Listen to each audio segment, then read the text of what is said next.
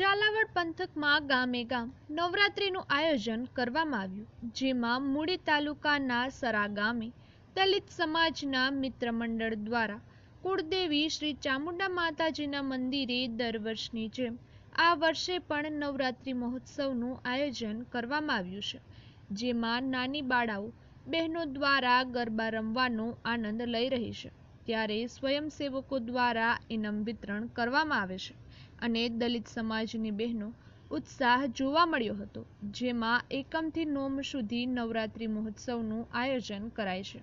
અને આજે પાંચમા નોરતે બહેનોની મોટી સંખ્યામાં ભીડ જોવા મળી હતી। આ તકે આયોજકો ભુવા મનસુખભાઈ મકવાણા, વલીભાઈ મકવાણા, કેશાભાઈ મકવાણા, મનસુખભાઈ આલજીભાઈ મકવાણા,